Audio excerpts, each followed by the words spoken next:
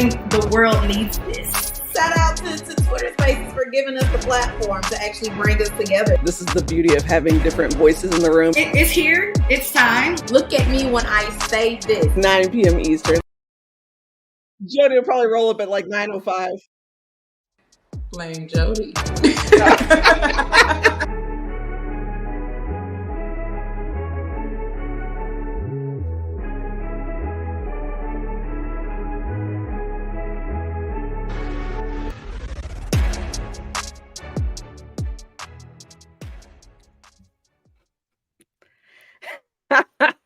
What is going on? We are back. This is the Sports Tea Podcast. So much is happening. For those of you who are listening, because you cannot see this, Jody is like shimmying, dancing. E has her Dirty Birds, Falcons flag up. Like listen, this is how you know it's been a minute. It's been a couple of weeks since we've been back because our schedules have been absolutely bananas. But we are back to talk NFL Week 1. Of course, let me introduce the ladies. For those of you who don't know us, we have E, the goddess, down there at the bottom. This is Jody, twin, up top. And of course, the one and only Meg L. Hall. If you don't know, now you know. Word to Biggie. All right, ladies, we're back. So good to see you. We're going to chop it up. E she's been, listen, y'all, she's been on one for a couple weeks now since Jody said, hold on, I got Kansas City stuff. I'm not gonna bring my cold stuff in, so y'all are just, I guess y'all duke it out tonight. But Raising this flag is insanity. I mean, it's pretty on brand for her though. Very much on brand. I have missed both of y'all faces so much. Now I know we talk all day, every day, but I mean, seeing your lovely, beautiful faces, it just means so much to me. Y'all know I'm the emotional one out of this group. So I've missed y'all. Y'all are my girls. I love y'all. I'm ready to talk chaos with y'all for sure. Yeah. So let's get into this chaos. What do we have tonight? All right. So, we always start off with hot tea, not tea. Is it spicy? Is it cold? And if you're E, sometimes it's medium lukewarm tea, depending on what the topic is. Because, she has to lukewarm. She keeps it straight with us. All right. So let's start with this hot tea or not tea. Kind of like detrimental, but Aaron Rodgers, the Jets, season-ending injury, 75 seconds. He literally played 75 seconds. Like, and I do want to say this before we get into if this is hot tea or not tea. If that man don't know how to set the tone and set the stage, he had the little American flag. He was like 2 arms running and waving, looking like E at the beginning of this segment. And I don't know what to say about your guy, Aaron Rodgers, but Aaron Rodgers is out for the season. Mm-hmm. Season. That's not it. Hey, Rod. Before we dip in, shout out to my Atlanta Braves as they just clinched another NL East championship with a 4-1 win against the Phillies. So we clinched our playoff rep, and then now we clinched our NL East title. Let's go. Meg finds Atlanta Braves. Hey, listen, it just happened to be right there. So, it's perfect. Had to shout out to E for saying that on this podcast. Yeah. Let's go. That's super dope. Yeah, Atlanta has had one hell of a season. That is for sure. MVP. For sure. Ronnie for MVP. Ronnie Bats. Ronnie, yes. But the comments are saying World Series soon. I mean, I won't say all that because listen, I've seen greatness in the regular season and seen the Braves skid and burn in the postseason. But that would be the goal, obviously. So yes. Well, back to football. I just had to say football though. I had to say that. But I'm gonna say this is very hot tea because the reason why is this the end for Aaron? Or have we seen our last A Rod playing football at this point? Yeah, he is. And Achilles injuries on somebody that's a little bit older or a little bit tougher to overcome. To be honest with you, so I will say that this is very, very, very much hot. due to the fact of the matter is he's aging. And again, we don't know if this is going to be the same Aaron once he comes back. Yes, he's been hurt before, but I think this is it. This might be it. We're losing our greats, man. We're losing the greats. Listen, I'm going to have to agree with you. This is very, very hot tea to me. And let me say this. I wish Aaron Rodgers the best of a recovery because that injury looked absolutely brutal. And to do that at 30 plus years old, the recovery time is not as kind on your body. So best wishes to him. But I will say this, injury aside, the Jets not getting the most out of this quarterback they hyped up all offseason is the most on-brand Jets thing I have ever seen. I said it when they signed Aaron Rodgers that he would be done in one season. I didn't think it would be to an injury, but I definitely did not see this 2-3 years, anything past that, because in my mind, the man he nearly retired, right? Like he literally was like, okay, hey, I'm about to be done playing football. He had to go into this darkness retreat to find himself again and be like, okay, hey, I want to keep playing. But people always say the minute that you are toying with the idea of retirement, like you're already retired. And I think this was likely going to be Aaron's farewell tour anyways, but next year would have been. Well, in my mind, it was this year. I didn't see it next year happening. But my point I'm making is that like there was this whole big back and forth all summer long, this appearance on Pat McAfee. Where is he going? What's happening? Nobody can agree on compensation. Oh my goodness, the Jets are going to the Super Bowl, and it was all every receiver from Green Bay. Right. Now you're bringing in receivers to help and everything else. Like this was all gone in the blink of an eye, and it's super unfortunate. Yeah, that happened. But in my mind, I was like, you went all in on a guy who's 39 years old, who was already contemplating whether or not he was going to play. Your offensive line had questions, and I don't necessarily blame them for this, injury, but certainly like there's pressure happening in those situations. Those first 4 plays that he was in. And to be real with you, that's a lot of money for 75 seconds. That's literally $1 million per second that you paid for this man, and he's done. And so now you have to go back to Zach Wilson, who you basically didn't want. You kind of gave up on Zach Wilson. It was like, hey, Zach, we'll keep it because we kind of invested, but we like injury too. By looking for best quarter, I said they're causing insult to injury too, because you get this man, he wins you a game, but then you're still looking for backup. Like it's still a face. Well, yeah, it's so strange to me for them to say like that's his guy. Coach said that he is the leader of this team in his last presser. And now, do I think that everybody knew that was cap? Yes. But they publicly criticized the man. You had an entire team last season, like literally say Mike White is my quarterback. Like exactly. Hey, I had to pick him up in the emergency in fantasy football last year. So, it's a long story. It's such a conundrum now that like you're gonna say publicly that Wilson is your quarterback while also, and I get it, right? You got to have insurance. I totally get it. But oh my goodness, that comment. But to go be like, hey, we're gonna go search for veteran quarterbacks now it's just a little strange, a little strange to me. So for me, this is definitely hot tea for several reasons, and y'all named a lot of them. I think mainly too is there was so much off-season hype for this team. The Jets are going to the Super Bowl, the whole Hard Knocks series, like.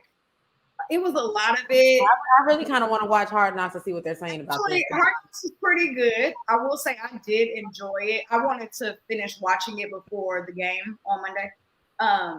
So I actually think you should watch it. And then if you see like how the game went and how the game played out, it's like, oh. But anyway, I did watch it. But no, I just think there was so much hype around Aaron Rodgers. It really sucks. And I don't know if you guys seen the tweet that he put out today to the world, but he was just talking about how he's heartbroken and he feels bad for the city. He feels like he let them down, the team down, and he just had like super high hopes, which I believe all of them had super high hopes. Yeah, of course. I will say though, them coming back and winning this game in a walk-off, which we're going to get into that in the next segment, was literally that second red on the top. Talk about TV. Oh, Jets 5,000. Like the Jets are gonna win. But no, I agree with both of y'all. This is very, very hot tea. But like I said, we can get more into this conversation in the next segment. The next hot tea or not tea, Josh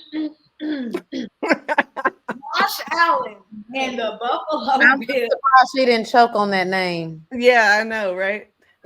For y'all, for those of y'all who don't know, Jody hates Josh Allen and the Bills. As she said previously in a previous podcast, the Bills and the Chargers can go to heck with that sort of, motion. So I'm going to go ahead and open this segment up, and then oh Lord, he's about to choke. This is okay. This is not hot tea for me. Here's why. Oh, we already knew that. I don't know. Come on, Jody. Not hot tea for me, and here is that's a daggone lie. Listen, y'all, she lit up our group chat with Josh Allen and Joe Burrow tweets for the last several days. Sure have. Here's why it's not hot. I told y'all when we started this podcast that Josh Allen was regressing. This team is regressing. If y'all don't know, and if y'all didn't watch, 3 interceptions, 1 fumble. Now, another thing about this team, your whole team was healthy. You got one of the best wide receivers in the NFL. And y'all chose. Josh Allen is trending for 51 interceptions this year. 51. Yeah, 5-1. This man 3 interceptions in 1 game and lost to a walk-off to the freaking Jets, who I already have winning this game anyway. Okay. But for Josh Allen to go out there and to look the way he did, there's so many things that you could say. Do you blame it on the O-line? Do you blame it on him trying to scramble? Do you blame it on the weather, which cleared up by the end of the game? Do you blame it on the defense? Do you blame it on him throwing this interception to the same person 3 times? What? I can't remember his name off the top. Whitehead? No, I can't remember his name off the top of my head right now. But he already made his yearly incentives on Monday Night Football. So shout out to him for getting his $250,000 for getting 3 interceptions on regressing Josh Allen. I really pray that y'all make it to the playoffs this year. So bad. Because that was embarrassing. And don't get embarrassed next week. So this is not hot tea because I expected it. So go ahead. You know what? I'm going to say this is hot tea because for Buffalo fans, this is not what they expected to happen. They still believe in Josh Allen. They still believe in the team. You got to give them that. You know what I mean? You got to give them that. I mean, we already knew they had a lot of question marks coming into this season, and those were really exploited. Okay, James Cook is not an in-between tackle bruiser. Kept saying that, but they do have Stephon Diggs. Okay, dog. They do have it, but he's complaining at this point. Let's see what team he'll be on next year. Exactly, he's complaining at this point. This year, the cap hit is way too high to leave this year. But next year, yeah. I'm mad that she is like knees deep in their cap. Like she's like, oh, I already know. It's shocking at this point. Well, because I was trying to recruit him for a little bit. I was like, don't you want to? I mean, y'all do need a wide receiver, but carry on. But hold on, y'all are cheating again. Cheating. Anyway, but no, it's again, I say it's hot tea for the Buffalo Bills fans. I think they were expecting a continuation from last year with their team giving back a lot of guys healthy, especially on that defensive side. And to kind of falter and fall face flat like that to a Aaron-less Rodgers Jets. It's trouble up there in Buffalo. But again, I'm just gonna chunk their loss up to what a lot of teams that were supposed to come out being good. I'm just gonna blame it on the offensive line. There we go. There you go. I'm gonna jump in and say this is definitely hot tea, not just for Bills fans, but across the league. I think the Madden curse has returned. It is real. I just want to throw that out there. I know that a lot of people are like, meh, but it is a thing. It's a thing. But outside of that, like Josh Allen, let me say this. I consider Josh Allen to be in the upper echelon of quarterbacks. Like when I start naming like top 10, top 12 quarterbacks, like Josh Allen's usually on that list. right? He's got the talent, he's got the skill set, he's got the chops to be able to be in that list. We've seen some like wow throws from him. But I've also seen some pretty wild games, that Jets game included, where Josh Allen has been reckless with the football. He throws these kind of like, are you serious right now? Like kind of sort of throws. And a lot of times he plays backyard football and just hopes that someone is down there to like catch the football. And Stephon Diggs bails him out. Everybody ain't Tyreek Hill. Stephon Diggs bailed him out quite a bit, but you can't do that, right? Like, and especially like, I mean, that Jets defensive line is the stuff of nightmares. So you got to be quick and crisp to get your throws out. You can't just sit here and hope and pray that somebody catches it. That's not how this works. And so you saw it where, one guy, Whitehead, gets 3 interceptions, then he fumbles. And it's interesting to me that I saw the narratives that this is uncharacteristic, quote unquote, of Josh Allen, but it's really not. There was a Vikings game last season too. If you remember this like stunner in the middle of the season, it's Vikings Bills, came down to a Josh Allen fumble. Hello. And the Vikings end up winning, almost in like a walk-off fashion as well. Yeah. And that's just not going to cut it. If the Bills ever want to get to this, again, this coveted Super Bowl, back to the Super Bowl, that sort of thing, like they're going to need Josh Allen to play lights out. He's going to have to. Everyone else in your division. If he would have just played mistake-free, they probably win that game, because the thing is, Zach Wilson was on the other side throwing, good Lord knows what, type of footballs. Like, hello. And the thing is, like, 2 smart things left to say, and that's it. Oh Lord. But the thing is, like, that game really could have been won by you. It's a game that you easily could have won had you not given the football away. And if I'm Bills fans, I'm not saying I'm panicking, but I'm concerned. I'm certainly concerned. How many times have we have to say that though? Like, how many times have we seen games with him that he's doing that? Like, that's why I said, I'm like, I think the Bills fans really wanted to see something better, especially with them getting back their injured players. Yes, they had question marks, especially at the running back position. But at the end of the day, how many more times are we going to say that he has to play mistake-free football? Like, this is in and out. This is every season. And now you come in with a Jets team who really, in a sense, some people not still seeing that they can even make it to the Super Bowl with even Aaron Rodgers, and you fall flat on your face on Monday night. Like, how many times can we hold him? Because now we're gonna have to start making him accountable. So, Josh Lord, always been here she goes. I'm just saying. I'm sorry, Bills fans. I'm sorry ahead of time. Do a little bit of history on Josh Allen. In college, same way. Nothing but interceptions, nothing but turnovers, nothing but fumbles. When he first got to the Bills, he played this exact same way. Josh Allen did not become elite. People throw the word elite around because he's not. So Josh Allen is not a top 10 quarterback, because I got him at number 7. Okay. He didn't become a top 10 quarterback. 6 people better than Josh Allen? Absolutely. Do you want me to go through my list right now? No. Let's hear this. Lord, what? Let's hear this. All right, let me finish my statement and I'll pull up my 6. And this is going into the season. He did not become that quarterback who we thought he was until he got Stephon Diggs. And then once he got Stephon Diggs, then he just kind of became his lights out quarterback who was really good. And it was really just a matter of Stephon Diggs being really like that. Yeah. The next thing I was going to say is, in case you guys don't remember, let's take it back to the 13-second year when the Chiefs whooped them in the playoffs. The Bills complained to the NFL that it's not fair that they didn't get the ball in overtime. Josh Allen is 0-5 in overtime since we did this rule change for the Bills. This is nasty work. This is real nasty work. In case y'all didn't know that, I really just wanted to put that out there. Here's my 6. Patrick Mahomes, Joe Burrow, Jalen Hurts, Trevor Lawrence, Lamar Jackson, Justin Herbert, Josh Allen. And that was actually 7. Herbert in front of Josh Allen. Because Justin Herbert is better than Josh Allen. He just. Oh. I'll get into that another time. Let's get to the next you know how you waving your flag? What? What you mean waving my flag? I'm waving too. Oh Lord. What? Oh, Oh, wow.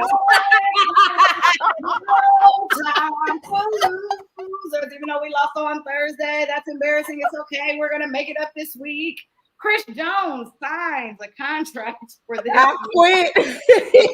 I'm crying right now. contract was technically just for 1 year, but we already knew Chris Jones was playing this year. So what the negotiation was for $19.5 million for 1 year with enough incentives to get him to $25 million, depending on how he plays throughout the whole entire season.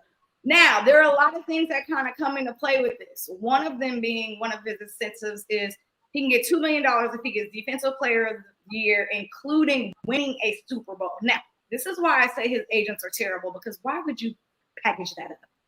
You got to get DPOI and win a Super Bowl to get $2 million of that? Kind of tough.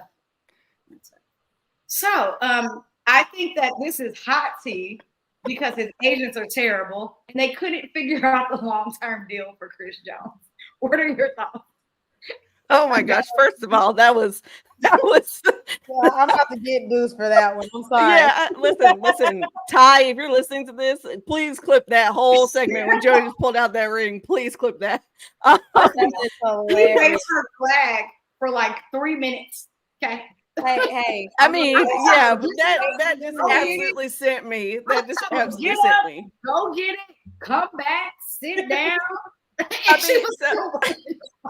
I was So still let me say this, and I want to say this, and I think E agrees with me. This Chris Jones situation is definitely hot tea, and I say it's hot tea not because of the NFL like implications. I say it's hot tea because Jody's been bothered about it, has not wanted to talk about it. Anytime we bring it up, she rolls her eyes at us. We almost get cursed out in the group chat. And she's like, no, we're not talking about this. Meanwhile, I've had to talk about Jonathan Taylor till the cows come home for weeks on end. So we are definitely talking about this Chris Jones situation, and it's hot tea. Hot tea is scalding hot tea at this moment. And let me say this. We got into, I wouldn't say a disagreement, but we had a debate going on in the group chat about whether or not the Chiefs would have won that game if Chris Jones is on the field.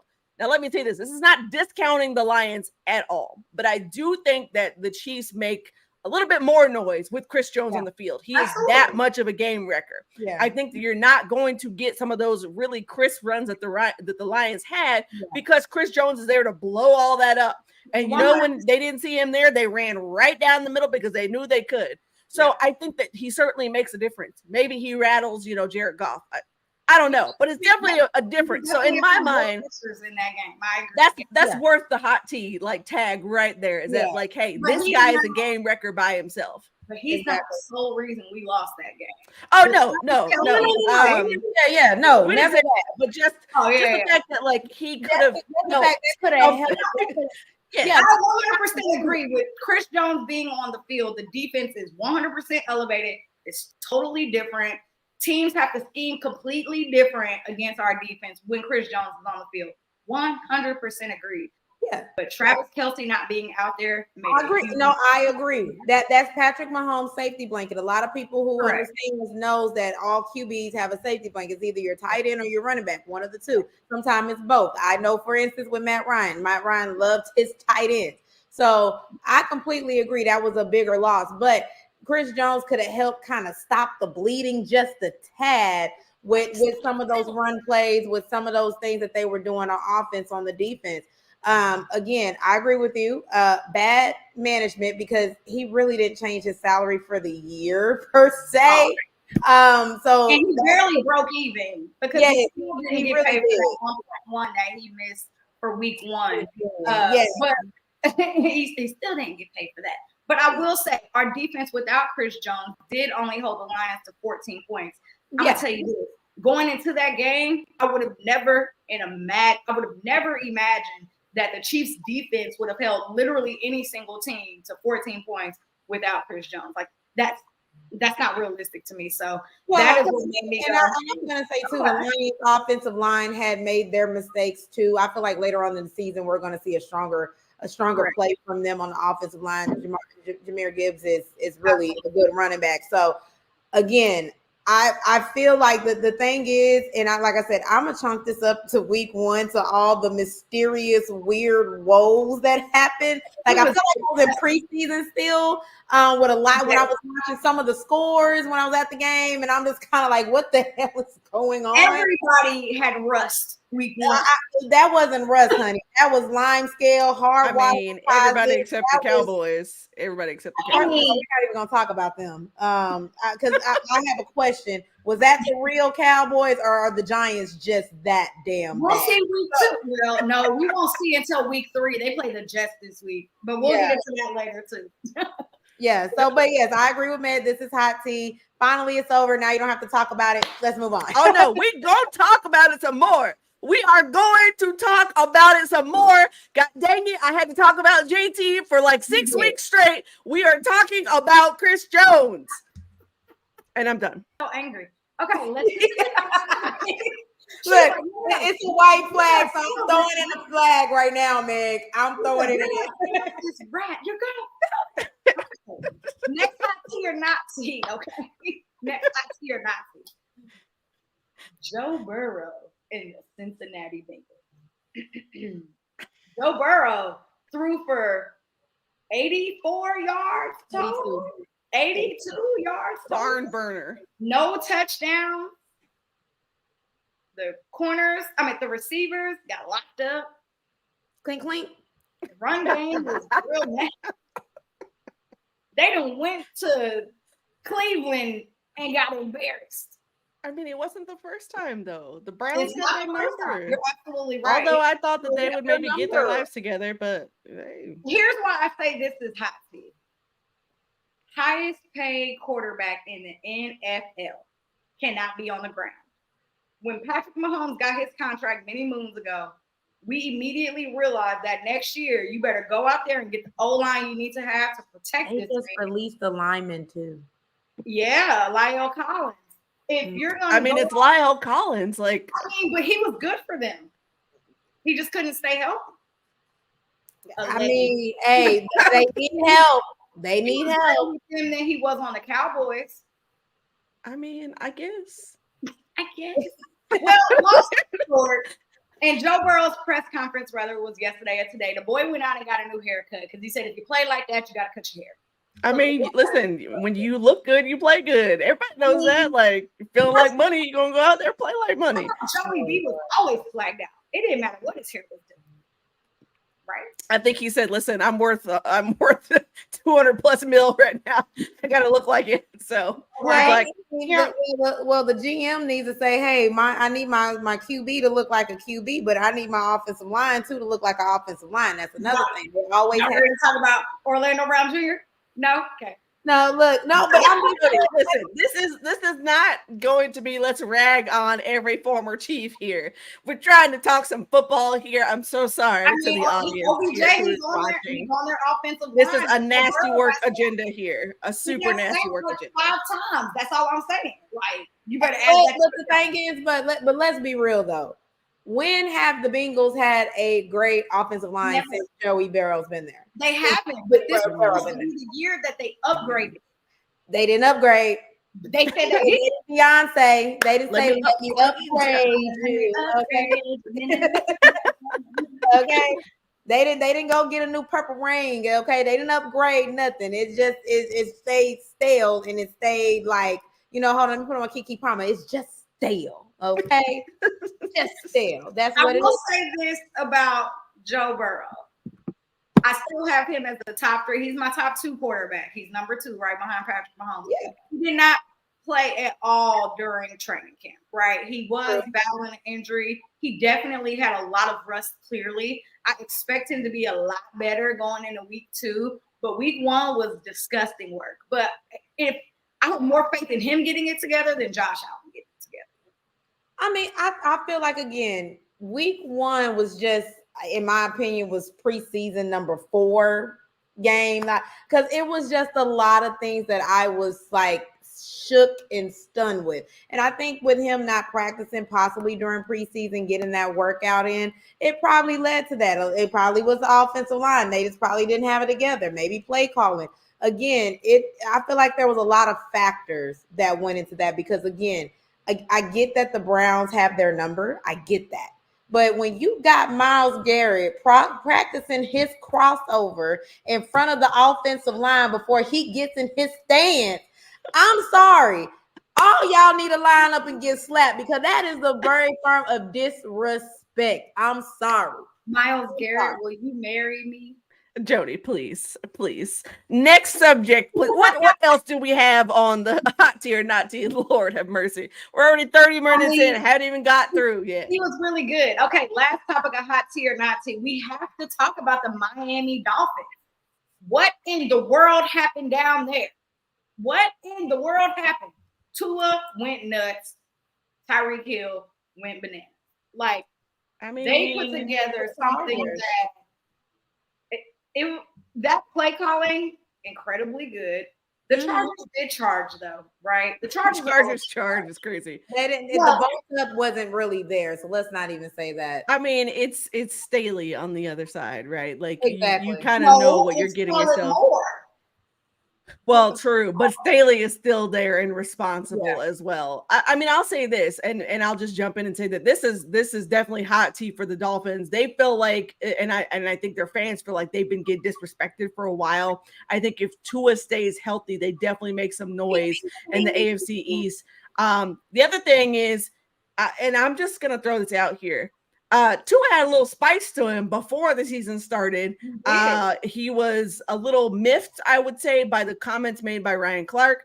And so, somebody asked him about it, and he basically was like, "Hey, keep my name out your mouth. Like, if I have to talk, I will. But he's sizzling. He's like, hey, let me just go out there and do my job." So I think he went out there and balled out. Like, did you see his last presser, Meg? No, I didn't see it. What did he say?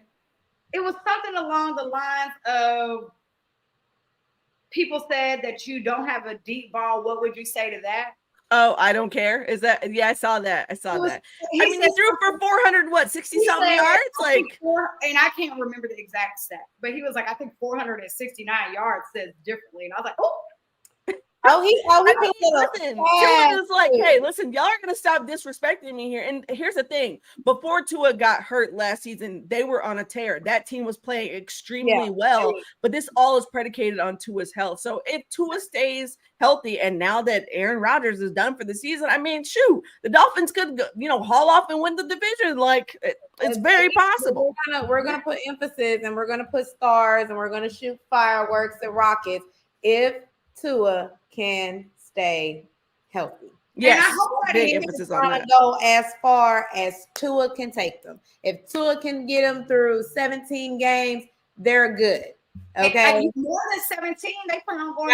I'm stopping at 17 for right now because again, we got to see about the playoffs because that could be a whole different Dolphins team in the playoffs. We don't know, so I'm saying full 17 first because I need you to clinch this spot.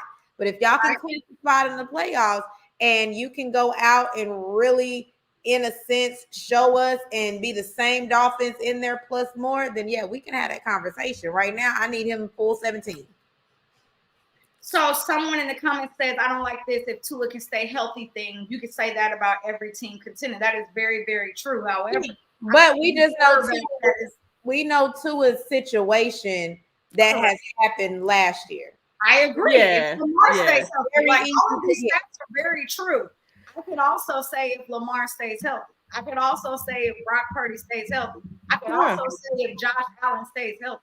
They got to stay healthy. You're supposed to be the leader of this team. So what we expect from you as NFL fans who watch every single Sunday is for you to take care of your bodies every single week. And from what we see from week one, they've done that so far. So that's amazing. But just continue to do that throughout the remaining of this season. Because a concussion can come any type of way. It does not matter. You don't have to hit the turf. You don't have to do a concussion can come off from a hit if you get whiplash really quick. So it's in the situation as what Trevor Lawrence told AR, you gotta protect yourself. If Tua can protect himself, so let's say it this way: if Tua can protect himself for 17 games in the season, they can go as far.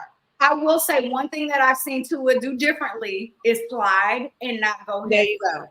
So that is how I know that is something that he worked on in this offseason.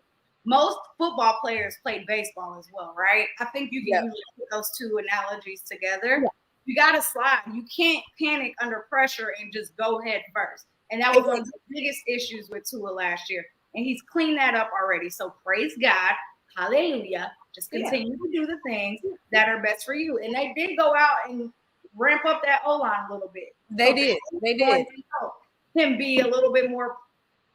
Clearly, he had time in the pocket to get the ball 30 yards down the field to Tyreek Hill, and that only happens when you have a great O-line. So, that's what I said. Again, they can win that division. Mm-hmm. It's wide open right now, as we saw with the two teams facing on Monday. It's wide open right now. Okay, it really is.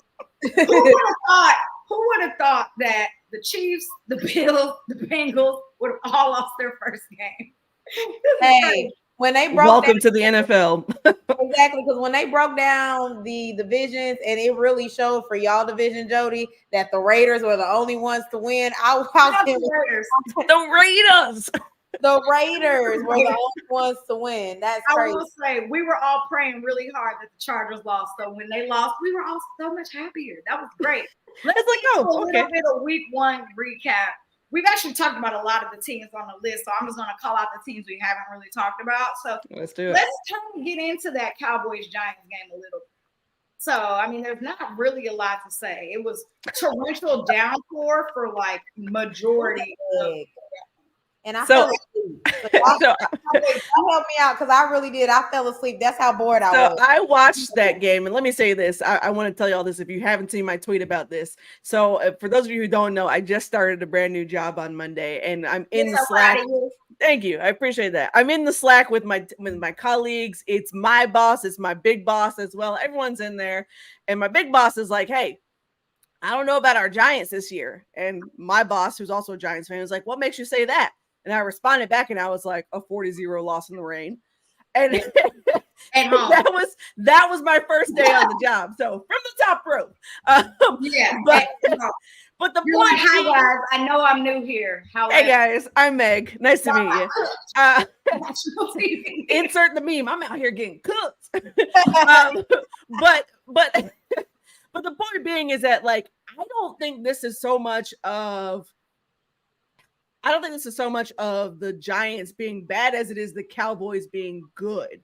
Now, let me say this. They are good at MetLife. They are good there. It's a much different story when the Giants come to Dallas and play there. So it's a very strange phenomenon. I think I kind of know a little bit about that with the Colts, Jag situation. They, that sort of thing. We'll get to that too, because I got thoughts about that. But my point being is that, like, this other thing is this Cowboys defense is for real. It's legit. And it was legit last season too.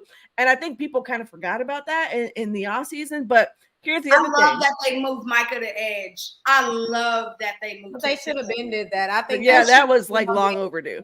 Yeah. But here's the thing. I think there's more defense on Dak Prescott this season for the way that last season ended. And thing is, as much as people talk crap about, Ezekiel Elliott and things like that, he's not here to save Dak or things like that. So you got to get creative with your weapons. Now you saw them kind of hit a couple different ones, Michael Gallup, CeeDee Lamb, those sorts of things. But there was still some throws where I was like, that's off. So I think that they've got to play crisper against a much more formidable opponent. But I think this is definitely a situation of like, hey, the Cowboys actually played some really good football, because in the rain, 40-0 at home is wild. It wasn't rain like the Bengals Browns game. Like, that was just rain. No, this was a downpour. Game the whole time was like, yeah, I'm actually surprised that game started on time because there was thunderstorms and all of that going on. They did have a shelter in place for a little bit. Yeah, but I will say this, because like I said, I watched a little bit of the little whooping that they took. And I think I went to like 20 to nothing. I'll be honest with you. From what I saw, and this is what I'm going to testament, which I wish that Dan Quinn did the same thing for my beloved team, my beloved Falcons.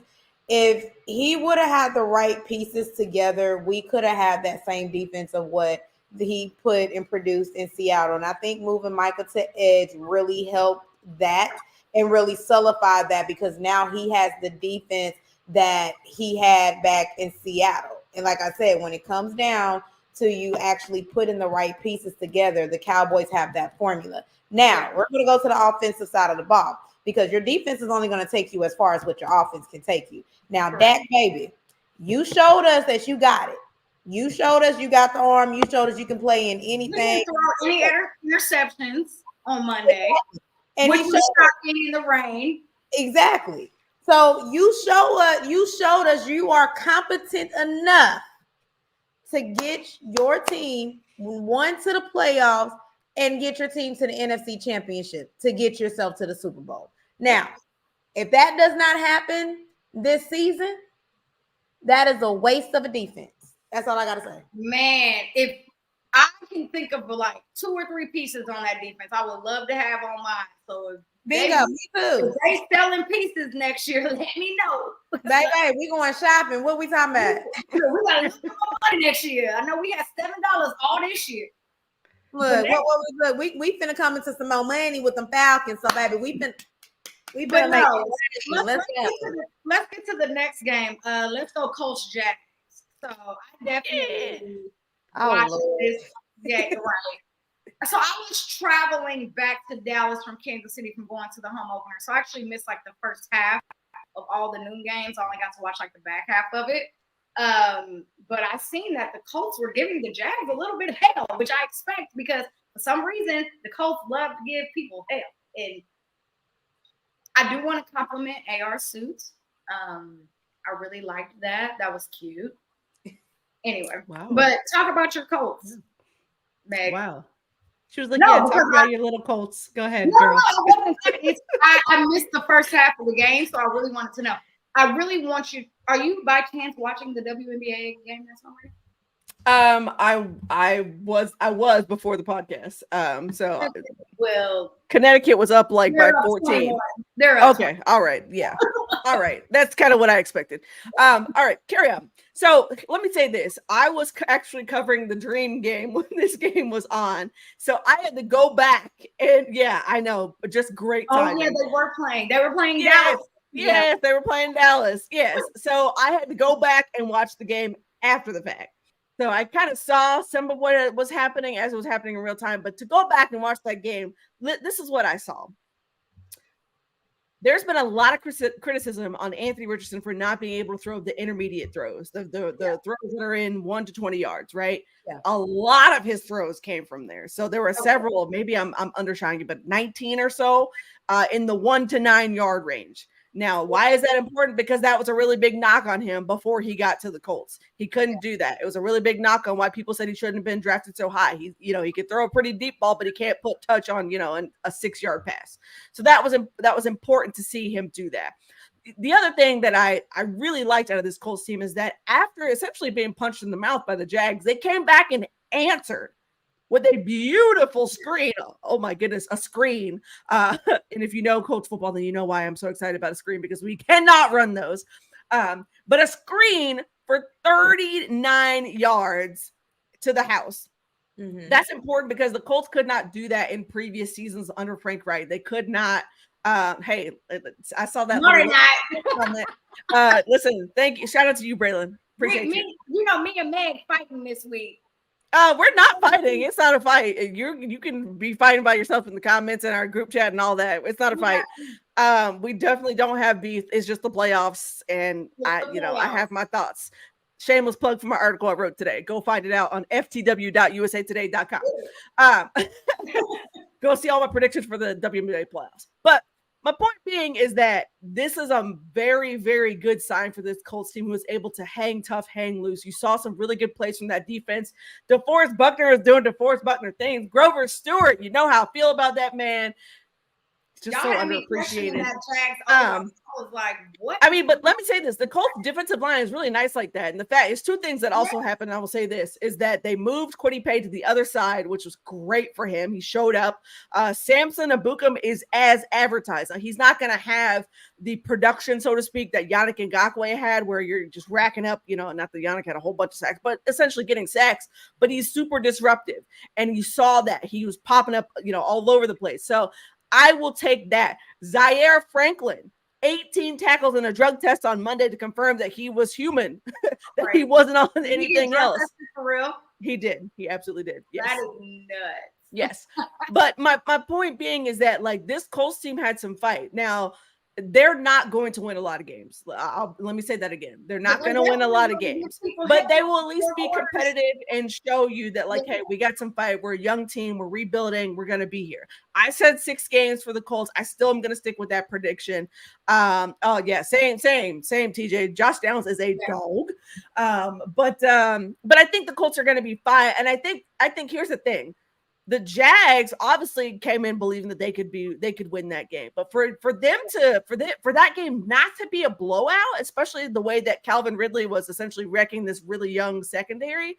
If I'm the Jags, I got questions here. I got questions on, like, hey, we need to be playing at a much higher level. Like, you're not going to get away with that kind of play against more formidable teams. AKA, you got the Chiefs this week, I believe, and we know how those types of games go. So, from my perspective, it was really good to see, AR just go out there, let loose, have fun, be smart with the football, other than his one pick. And, outside of that, like, I'll say this and then I'll land my plane here. The guy that had the most questions about him had the best day out of any rookie quarterbacks on Sunday. So take that, do with that information what you will, but I'm very pleased with what I saw from Anthony Richardson, and I think that the sky's the limit with him and Shane Steichen in that offense as soon as they find a running back who can run more than 25 yards combined. Carry on. Please give him time. Look, he's gonna do well. He's gonna do well. He's gonna do well. Just give him. From what I've seen, because I went back and of course I watched clips of that game because I was just trying to see I was watching it to see the Jags because we played them this week. So I wanted to see how they went against the Colts because I know you guys gave the Chiefs hell, and as I was kind of watching like the score on my phone, I'm like, oh wow, this is way closer than I didn't think it was gonna be a blowout, but I was like, this is very impressive. So I need to go back and watch the film to see what actually happened during this game. But let's wrap up this segment with Falcons Panthers. Gotta love a division. Whoop! She get away. I know. Talk to me about your team, E, and how. Baby, I've been. Look, I need your bird to have good insurance because why is he jumping down from Jesus? What else? I said. Now wait a minute. Yeah, he was at the top of the stadium. He comes from the top. Oh yeah, he came down. Yeah, I saw that. I saw that. That's not fake. Oh, trust me, that wasn't the first time he came up. They raised him up and put a whole rise up flag down like in the fourth quarter. So yeah, he's flying Freddie right now. Anxiety. Anyway, carry on. He's flying Freddie. We actually have an above 500 for the first time. Yeah, well, I mean, it's the first right now. It's lit. Yes. We're 1-0. It's the first week. Yeah, hey, let me slide now. Let it slide. Listen, I told the Raiders fans to please enjoy this moment as much as they can. Shout out to the no, but it is. I'm not gonna lie. We started off very shaky, and if you know me, I'm very optimistic about my team. But I was there booing because I was like, "What the freak are we doing? Like, what was going on?" I've been clawing out people. I even went at it with Dez Bryant. But yeah, I did. Why were you arguing? He was bored, and I was bored. So when you have two bored people, you're gonna get some arguments. So, but no, yeah, it is. But as a lot, and what I found out today from a lot of Panther fans, they don't really like their coach. They didn't like the play calling that they had. I'm going to say they did have us in the first half. They really did. They were quick on the line. My offensive line wasn't doing anything. Drake freaking London is dropping passes. Kyle Pitts is nowhere to be found. Bijan is on the side getting plastered. Tyler on my fantasy football. So thank you, Bijan. No, and he did because Smith made the right adjustments in that second half, and that's when we came out and we did it. Even we had Taylor Heineke on the sideline cussing out our offensive line because they just were not doing their job for real. So shout out to Bijan. He laid a nasty cut on one of them Panthers defenders. I think that man is still missing his ankles. Okay, he showed to be exactly who we wanted Bijan to be. Tyler Algier. Mwah. He's still Tyler Algier. Finally, so good to finally see Kyle Pitts catch a ball, make a touchdown. We just got to work on Drake. Shout out to Mike Hollins too, because he caught a couple of passes from Desmond as well. The issue is that we got to get our offensive line together to give Desmond more time to pass. Because the first play that we got, and I feel like Arthur Smith does trust him in the passing game, was a pass play. It got batted down. And I think that's where Arthur Smith was like, okay, this is how fast they're coming. This is what they're doing. Because they already knew what we were going to do. We're a running team. You scheme for the run.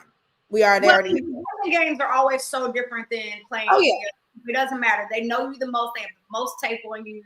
I mean, so they already have a perception of how to go about this game based off of just history, years of playing together, right? Yeah. Now, I will say, I do want to know, because I didn't get to watch you guys' game at all. Like, did Desmond take any sacks? Did the O-line? No. He was pressured. He did take a couple when he tried to get out the pocket. The best thing about it is he was up there as the top 3 with the best QBR in the league. He has the number 1 best completion percentage. And the best thing about it is we had no turnovers. So I'm not even looking at anything about that. I'm looking at exactly that, because it was a battle of the turnover game. Again, Mighty Mouse went over there and stared down Jesse Bates twice. So we had 2 picks off of that man twice. Mighty Mouse is nasty work. Mighty Mouse. Okay. They called him the step stool QB in our spaces. So exactly. The step stool QB? Oh my God. Wow. Jesus.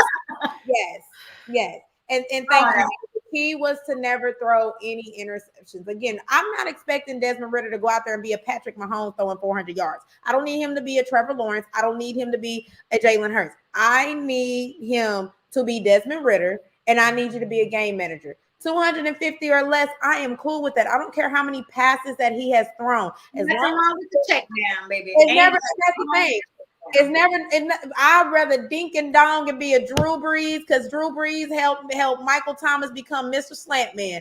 I'd rather Desmond Ridder do that than you try to airball this baby out the whole entire game. I prefer that. So shout out to my team, because we won, even though some fans are still tripping over the W. We got it. We're on to Green Bay. And I don't know what's gonna happen over there with Green Bay, but I'm happy about this win, baby. So go Falcons! Even if you lose, you're at 500 still. That's all that matters. Let's get in a week 2. So I will just say this. We're about to talk about a few teams really quickly with y'all. The games and the matchups that we are most interested in going into week 2. I feel like a lot of teams are going to look a lot better this week because they finally had real-time football for 60 minutes, right? Yeah. So I think everybody's going to look a lot better. And even the teams that won and looked good, I'm sure that there were still a lot of opportunities out there that they wanted to do differently and look better. And so let's kind of get into a few of these matchups. Thursday night football, we got Vikings-Eagles. One, who do you think is going to win, and what do you think maybe are like the most important things of that game? I'm going to say the Eagles. And I'm going to sit over here and say the most important thing about that game is their defense, because they did take a little bit of hits with a couple of. I do think that game is in Philadelphia. Yeah, I'm positive it's in Philadelphia as well. It is at noon. Thursday night football. It's Thursday night under the lights. I'm sorry. You don't know how Kirk Cousins does when it's not a noon game. So yeah, I mean, but I think the biggest question is going to be for the Vikings is that defense. How are you going to be able to contain Jalen Hurts? Because again, the Patriots kind of had him under control this past week 1. So it's really, we already know the Vikings defense is a little shaky. So how are you going to game plan for the likes of Jalen Hurts, AJ Brown, and now they got DeAndre Swift is getting a little bit more carries. So again, that's going to be the biggest question mark. I still think the Eagles are going to come out with the dub. Again, they do have a stout defense. Their offense is just what it is. Yeah. The Vikings, I think the biggest key for them is that O-line. Kirk Cousins can't be on the ground. You got to give him time to get the ball out. As you saw last week, Jettas went nuts in the first half and then nothing in the second half. Which I've already started my cheater campaign to get Justin Jefferson to the Chiefs. Yeah, stop it. Cheater. Jettas to the Chiefs. Okay. It's Cheater. But no, I think that's the biggest thing. I mean, hey, D. But you also see, hey, D, you also pray for my Steelers. You also see that Jordan Addison, he did go crazy in that second half of that game, too. So they definitely have the weapons around them to be incredibly productive. But like you said, E, that Philly defense, you got to put them to work. So I would love to not see Kirk Cousins on the ground a whole lot. But that might be. I'm going Eagles. Jalen Carter. I mean, y'all basically said all the things I would say. I'll just say that I'm going Eagles. Give me Eagles like 31-17. Oh, you put a score on it. I do think it'll be at least by 10 points, but I don't know what that is. I don't know. So I think AJ Brown about to have some fun with that Vikings defense. Look, first of all, I didn't go the entire time talking about the Eagle and only mention one Georgia Bulldogs. I'm trying to become better. Look at you growing up. I'm so proud of you. Eagles, what? Yes. Hopefully N'Kobe Dean does rest up though, because I heard that my boo thing was kind of injured. So hopefully he gets time to heal and rest up. But yes, only gonna mention one. Only one. I'm proud of you. So we got a whole bunch of really good noon games, and I'm going 1 o'clock games. Well, noon for me, Central Standard Time. I forgot she put it at noon. I should have corrected that. I was like noon. Well, right. I hear y'all say 1 o'clock, and I'm like, what the heck is that? But we could do LA time if we wanted to. No. It's 1 o'clock. There's a whole bunch of noon 1 o'clock games that are really good. So I will have the Chiefs game on one TV and Raiders are on my laptop because it's a lot. So let's start Colts Texans. What are the keys to winning this game? Y'all going down to H-Town, baby. Yeah, I think the keys to winning this game are certainly you need to find some resemblance of a run game, Colts, because you're not going. Anthony Richardson can't be your leading rusher with 40-something yards. That's not going to fly. I think for Anthony Richardson, he's got to, again, continue to protect the football, play smart football. Now, let me say this. There was another smaller body wide receiver who used to wreck the Texans regularly, and now there's another smaller body wide receiver who could potentially, step into that role. That's all I'm going to say about that one. But I actually do have the Colts losing this game. Yeah, I do. I have the Colts losing this game, but not by much. I think it'll probably be something like 17-14. But I would love to be proven wrong. But I got the Colts losing this game. So okay. I love this CJ Stroud against. Yeah, that's one of the reasons why I picked it as one of my games for the week. CJ Stroud. What I call that? Stroud. Yeah. Stroud versus Richardson. Yes, that's one of the reasons why I picked the game. I'm so excited to see them two going against each other because I would say CJ is rusty. He has not delivered the way that I thought he would so far. But I do think it's just, being a rookie, new system, a lot of new pieces all over that Texans team. I don't know who I have winning this game. I'm leaning actually more Colts, believe it or not. I'm leaning more Colts, but that Texans defense is something to watch out for. They are definitely going to go out there and be incredibly aggressive. And I can't wait to see what that looks like. Yeah. I do have the Colts winning, but I literally probably have y'all winning between a score of like 1-3. I feel like it's really going to be a close. I think it's going to be a tight game. I don't think it's going to be high scoring at all. I mean, you got two rookies trying to get learn. Like, all right, let's figure this out together. I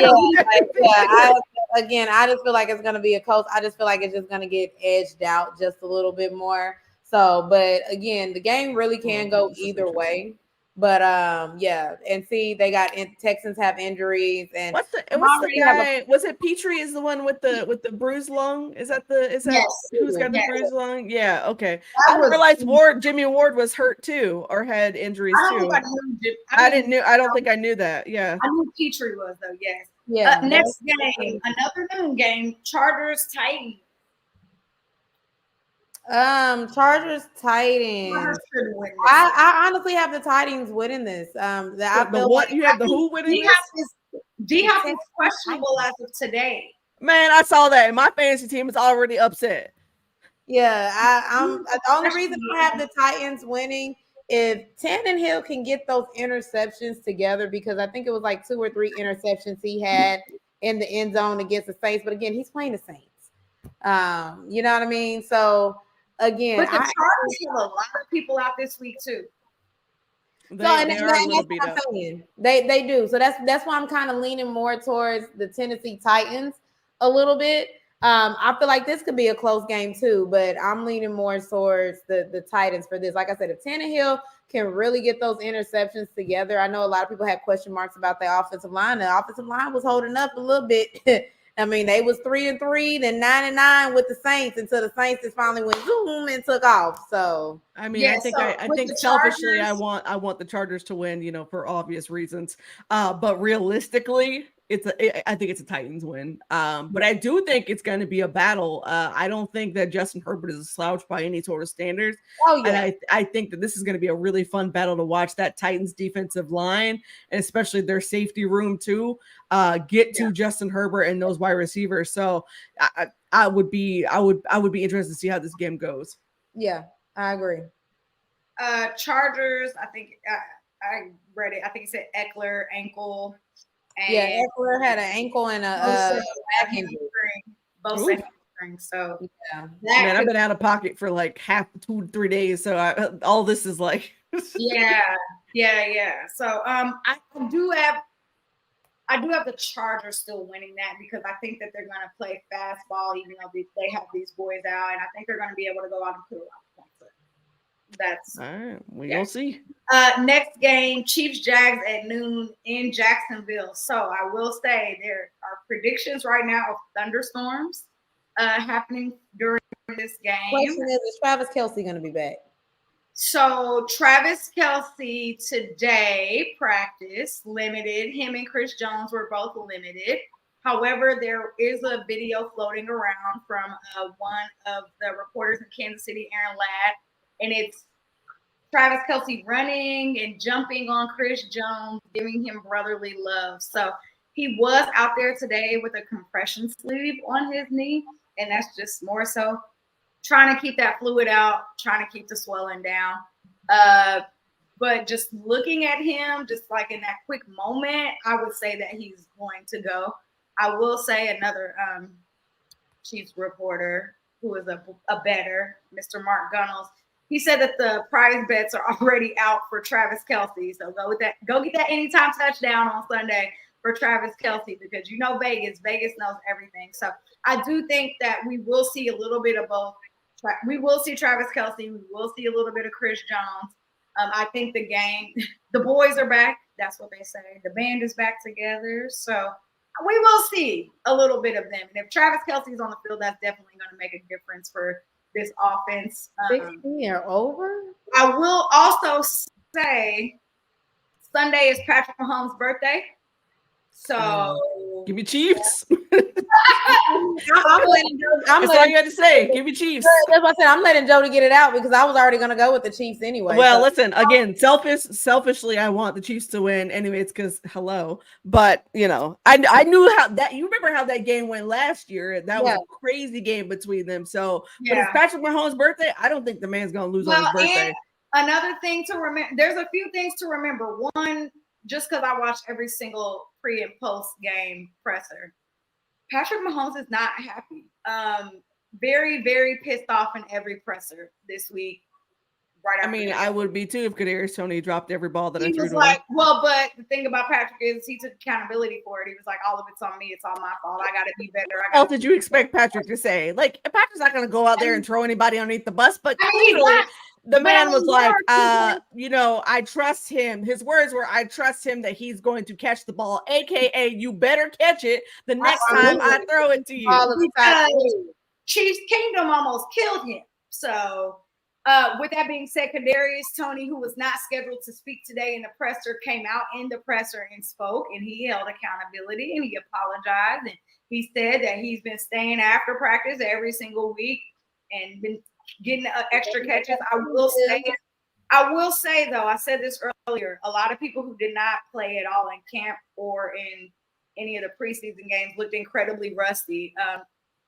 Kadarius Toney got injured the very first day of camp, so he did not have a training camp at all. So for this to be his first game back and that's how he looked, he needs to be better, but I also get it. So there's a lot happening. This is the team that also hurt Patrick Mahomes last year and gave him that ankle injury in the playoffs. So, I mean, there's a lot of storylines that you can create. All I know is you got the Chiefs. Yeah, I got the Chiefs. Okay. I got every storyline. Next game. Win by one, darn it to heck. Next, another noon game. Literally another noon game. There's like 15 noon games. It's probably going to be our last game, too. Ravens, Bengals at noon. This is a weird game. It really is a weird game. I mean, after the situation with the Bengals and them not, doing nothing against the Browns, and then the Ravens losing J.K. Dobbins, an Achilles injury. This can go either way. Mark Andrews is hurt too. This can really go either way. But I do see the Bengals. They are in Cincinnati. Yeah, I feel like this will be a redemption game for the Bengals. Don't get me wrong. They have Roquan Smith. They go another Georgia dog. Okay, I gotta stop. But they do have Roquan that was on there that's been setting records for them. So I feel like this still is going to be a redemption game for the Bengals. So I do have the Bengals just slightly edging the Ravens, but I am going to say this is going to be played very closely. I got the Bengals. Period. I have the Bengals as well. I think Joe Burrow gets it together this week. Yeah. I think he shows who he is and why he is the highest paid quarterback in the league right now. Say that again. He's the highest paid quarterback in the league. Quarterback in the National Football League. It made history while doing it, and then turned around and made history with 82 yards. But no touchdown. But I do think he gets it together and he goes out and wins this game. I will say though, this division is incredibly spicy. So Sizzle is crazy. Last game, Saints Panthers Monday Night Football. Oof. Give me the Saints in this. I think the Panthers got to get their lives together. That offensive line is oof. You're saying got two of these, right? Two, maybe? Yeah. He's like, easy. What? Yeah. Of course, E is like, yes, absolutely. Okay, for those of y'all listening, E now has two flags. Two flags. She is waving two Falcons flags currently. Steps away from the camera. Oh my gosh. About 20 feet deep now. Okay. With her Atlanta shirt on as well. And the fans, this is too much. I don't want to ever hear you talk about Chiefs Kingdom ever again. Y'all listen, this is nasty work. I just came in a plain old t-shirt you see out here. Look, I'm sorry. Look, okay. I love it. But no. Next time I'll be prepared. We'll pop out on you with all the Colt stuff. There you go. I'm also we put the Panthers on Pornhub. That's all I'm gonna say. We put them. You said Pornhub. What? We put them on Pornhub. That's what we did. Because not gonna be on there back. Jesus Christ. What we did. I think it's time to go. I really think it's time to go. I think their defense is going to be like that. I think Derek Carr is going to somehow figure out a way to figure it out and be better. He figured it out last week, so he's going to figure it out last week. So, and I've seen that a lot of Saints fans were going off for a really long time. But he got it together and they won the game, even though it was ugly. So I have been going to Panthers and winning this game. So that's all for y'all. They finna sit over. I think that's definitely enough. E, take us out. The Aces are up. No, but thank you guys so much for tuning in and listening to us. We've been going for a while. Our schedule's just been hecka crazy. And everybody's trying to get everything settled, but we will be back to make sure we keep this entertaining. Make sure you like, share, and subscribe to our YouTube channel at It's the Sports Tea. Please follow us on Twitter and IG at It's the Sports Tea. And make sure you follow us. We have our ads over here. If you're not following, then we got a problem. Okay? Make sure you guys follow. And this is coming from a Falcons fan right now, y'all. Follow. Yeah. Follow. Okay, because we rise up. Okay, we rise All up. right. And on that note, it is time to go. We immediately were like, wait a minute. Woo, it's definitely time to go. Bye. Bye, y'all. See you next week. See ya. Chaos. So talk to me nice. Keep it cute. Because I'll keep it fabulous. And that's the tea.